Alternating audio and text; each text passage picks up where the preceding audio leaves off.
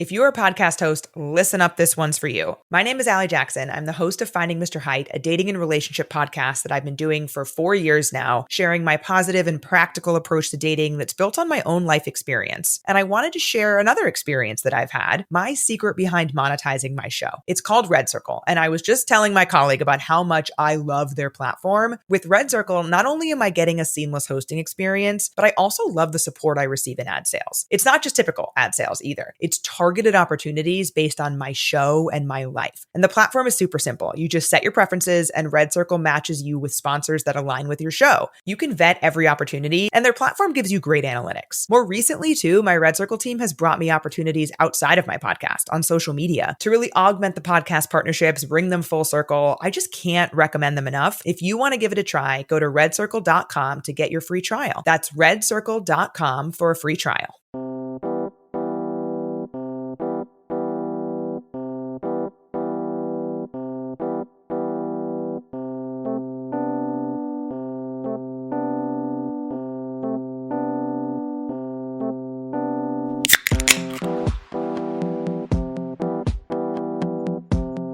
Welcome back. It's a brand new episode. This is Laugh at Me podcast with Jeremy Odem. I'm your host.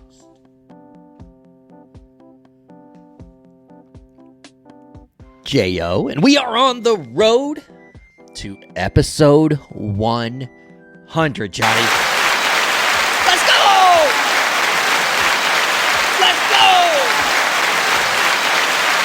This is episode 98, and you know, when you're getting close to a goal, okay? When you've got something big heading your way, what's something you should do? Well, I'll tell you what. You should take a little vacation. Isn't that what's best? Take a little breather right before? Or do most people, Johnny, do most people do that after the big thing? Do they grind? Yeah, all right. Most people grind up until the big thing. Then they take a break. That's what your boy's doing, okay? I just want you to know. No vacation for me. Can't be said the same for our guy, Eric. He's still on vacation. We heard from him well over a week ago. He was up in the Dakotas playing blackjack at bars, because apparently you can play blackjack at the bars there. So, there you go. Let's see. The last Friday happy hour that we had, that's where you could hear the first vacation update from Mr. Larson. He has sent more. So I thought it'd be appropriate. I haven't heard these, okay? I have not heard how his vacation's going. All I know is I'm working my ass off while he is on vacation. And we're gearing up for 100. We want to make it special for the people. And but Eric, hopefully you're enjoying your time. Let's see. Let's check in. I don't know. I know at some point he was planning on leaving the Dakotas. I don't quite know when that was. But let's check in on Eric on vacation. Hey Jeremy, it's Eric. Calling in for check-in number 2. I'm on day number 3 of my epic North Dakota, Georgia adventure. I am calling you from Lake Audubon, which is right in between Bismarck and Minot, for those that are familiar with the area. I'm not. Audubon is adjacent to, it's like the sister lake to Lake Sakakawea, which, as you probably know, Lake Sakakawea is the largest man-made lake in North America. As you know. Sitting right in the middle of the great state of North Dakota. I am about 20 miles north of the legendary Fort Mandan, which, as I'm sure you know, was where Lewis and Clark spent their winter when they were mapping out the Louisiana Purchase, trying to find their way over to the Pacific Ocean. Was this a history lesson? lesson? Out with Sakakawea, which the lake is named after. Now, fair warning, if you're using this this podcast as a travel planner for your next vacation, do not expect to go to Fort Mandan, and be in the actual fort that Lewis and Clark stayed the winter in, because that fort is underwater. This is a replica fort. It's located about 3.5 miles from the actual location. So just fair warning, no lawsuits. Don't go there and tell them that, Laugh With Me podcast steers you wrong. Johnny, make a note of that, please. You won't find a very receptive audience. But in between going to, legendary forts and not swimming in a lake because, well, it's North Dakota. And even though it's July, it's only 74 degrees today for the high. Woke up this morning and it was 50. So needless to say, I've been wearing jeans and avoiding the water as much as possible. Literally, I don't know how it is possible to live in this climate. But, hey, good on you, North Dakota. If you can do it, God bless. But what I wanted to hit you up with tonight was just to get your thoughts on Airbnb etiquette. And now what I mean by that is for the last century, we've been a pretty hotel-centric culture. Hey, we'll get a hotel, we'll all stay in the hotel. If we need common areas, we're just going to go down to the lobby or we're the breakfast area, we're going to hang out there. But the Airbnb kind of throws that all out of the window because how do you decide precedence when not all the options are equal? So case in point, I'm here with my family. We're at an Airbnb. There's a room that has a king-size bed, and there's also a room that has bunk beds. So, this is very easy in my mind. I revert back to shotgun rules. If the car's in distance and I can see the car and I call out shotgun, then I'm going to sit in the front of that car. So I would assume that Airbnb would work off the same rules. I book the Airbnb, I get first pick of the rooms.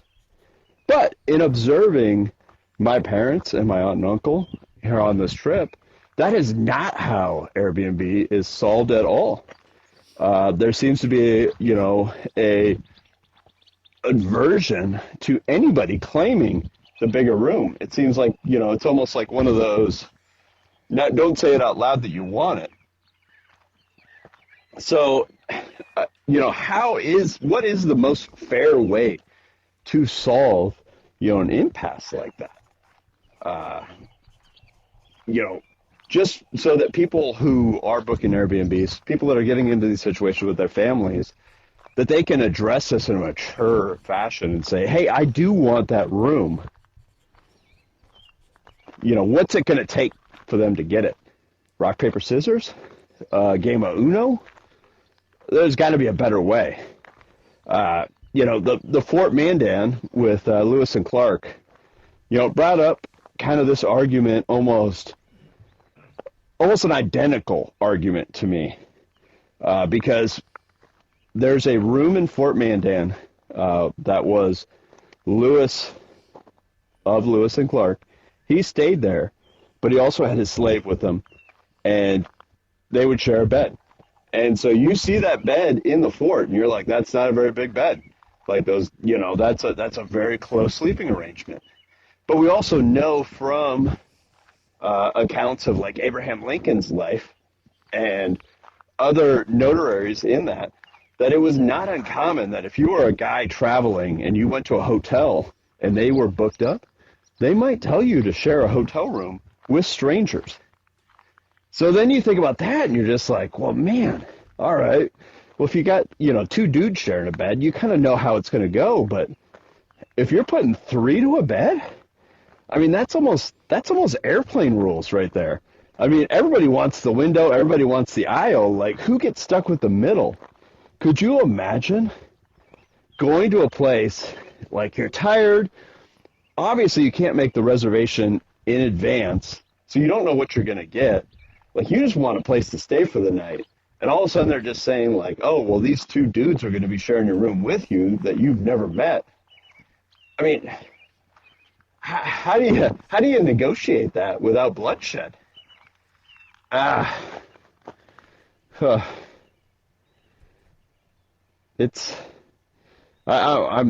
surveying the lake right now, and it's very peaceful. It's at dusk.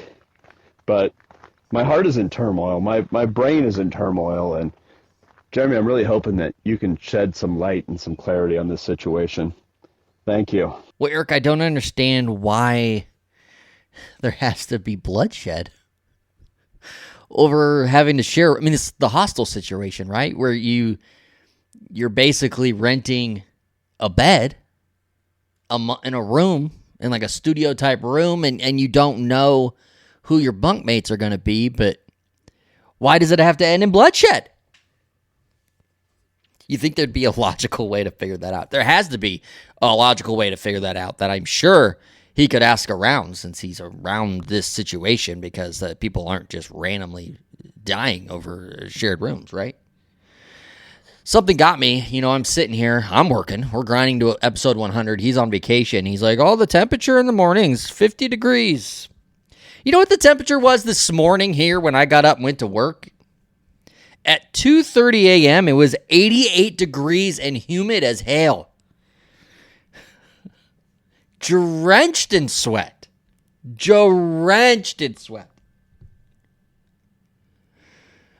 And I wasn't like walking to work, guys. You can obviously hear Eric's walking around the lake. He's having a great time.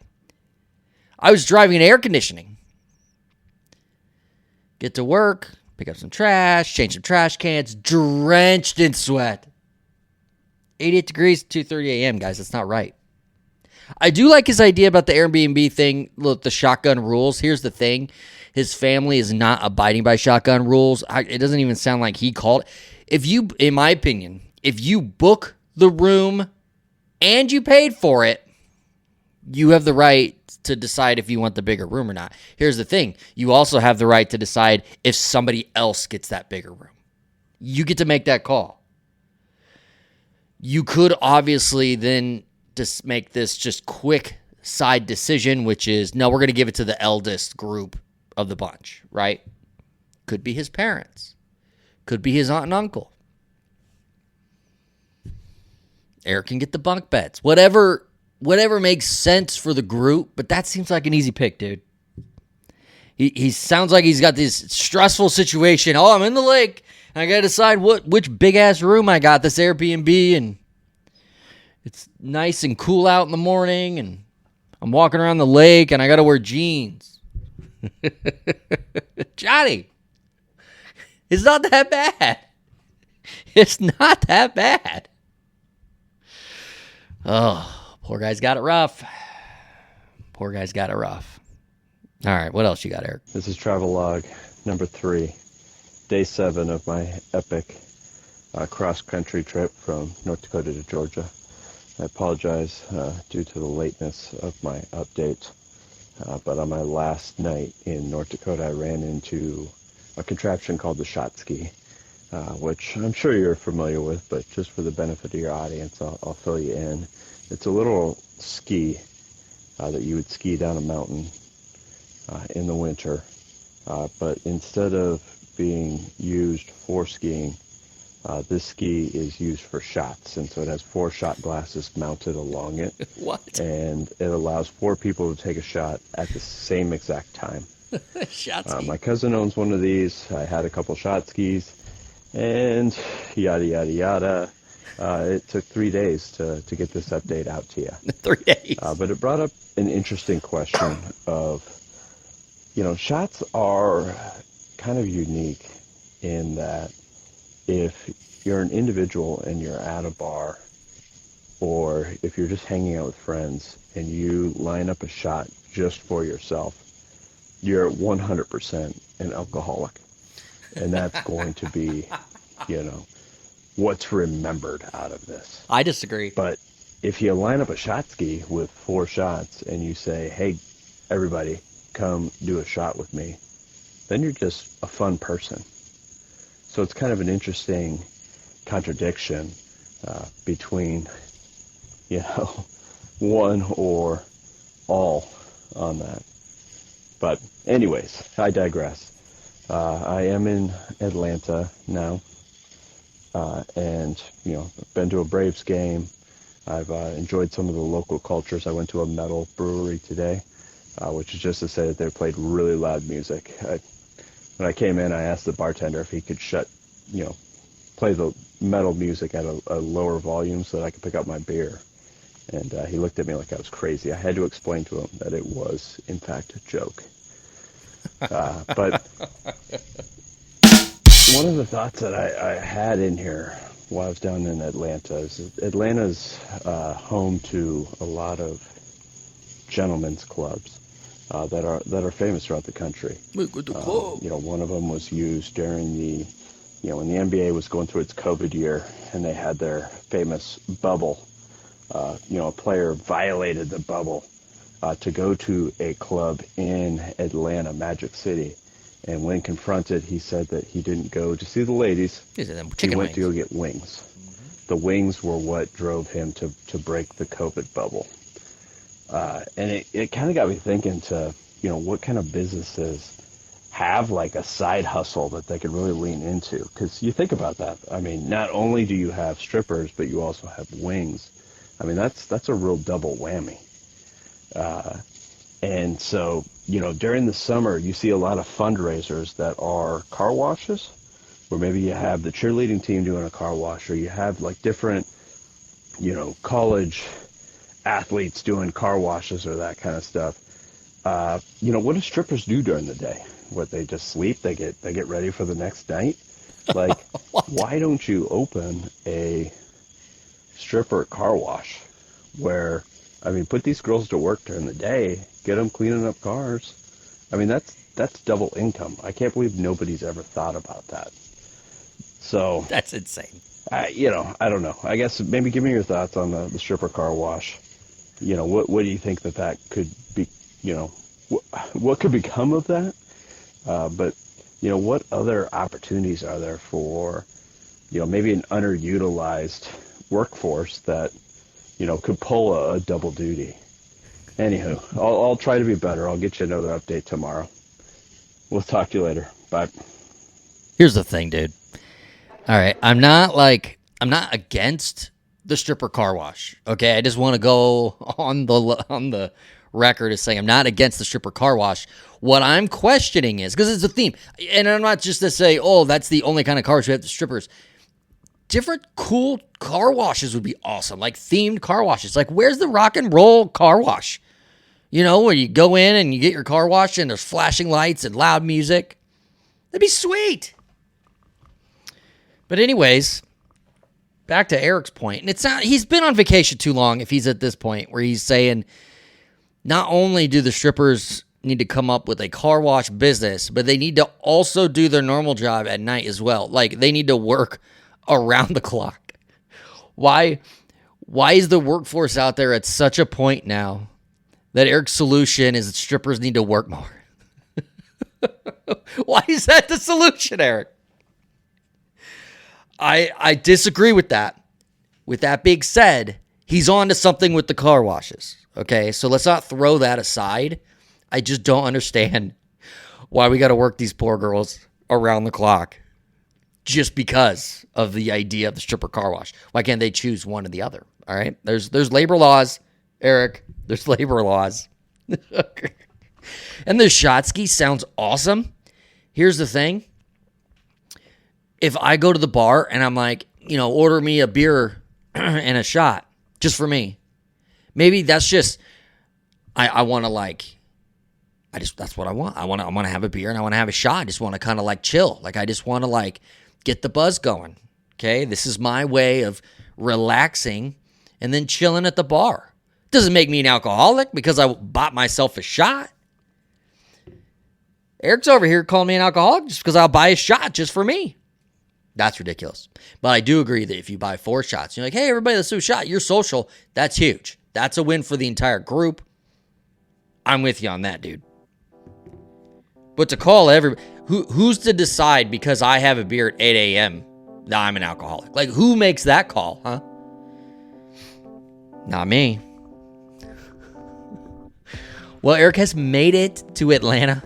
He is in Georgia for this. What feels like it's been a month-long vacation, but we'll hear more from him. And we'll catch up with them next episode. But it sounds like he's having a great time. His mind is not with it, guys. At this point, he's asking strippers to work around the clock in various different businesses, and anybody who's ordering shots and alcoholic. This is where Eric's brain's at, and he's in the cold in the Dakotas, but now I bet it's hot as hell in Georgia. I like how he didn't mention that. He didn't mention how hot it was in Georgia. Don't you dare bring out the temperature. Now when we're sweating in 88-degree humidity, feels like 100 at 2:30 a.m. All right, Eric, we'll be back with more vacation updates, I promise you. Vegas in the next episode. Finally, it's been a long time since we've had Vetti back on the show. I'm sure he'll have some words in regards to that. Thanks for listening, guys.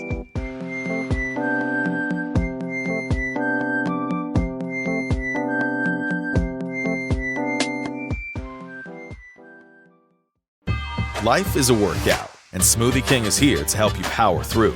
Whether you're crushing morning miles or sprinting through back-to-back meetings, give your body the energy, protein, and power it needs to help you conquer your goals. Only at Smoothie King.